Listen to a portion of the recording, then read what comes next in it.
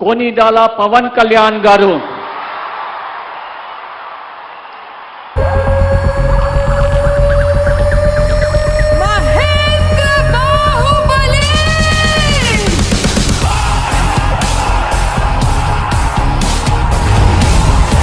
कोनिडाला पवन कल्याण अने नेनु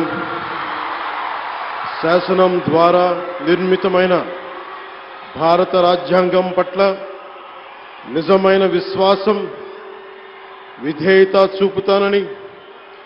భారతదేశ సార్వభౌమాధికారాన్ని సమగ్రతని కాపాడుతానని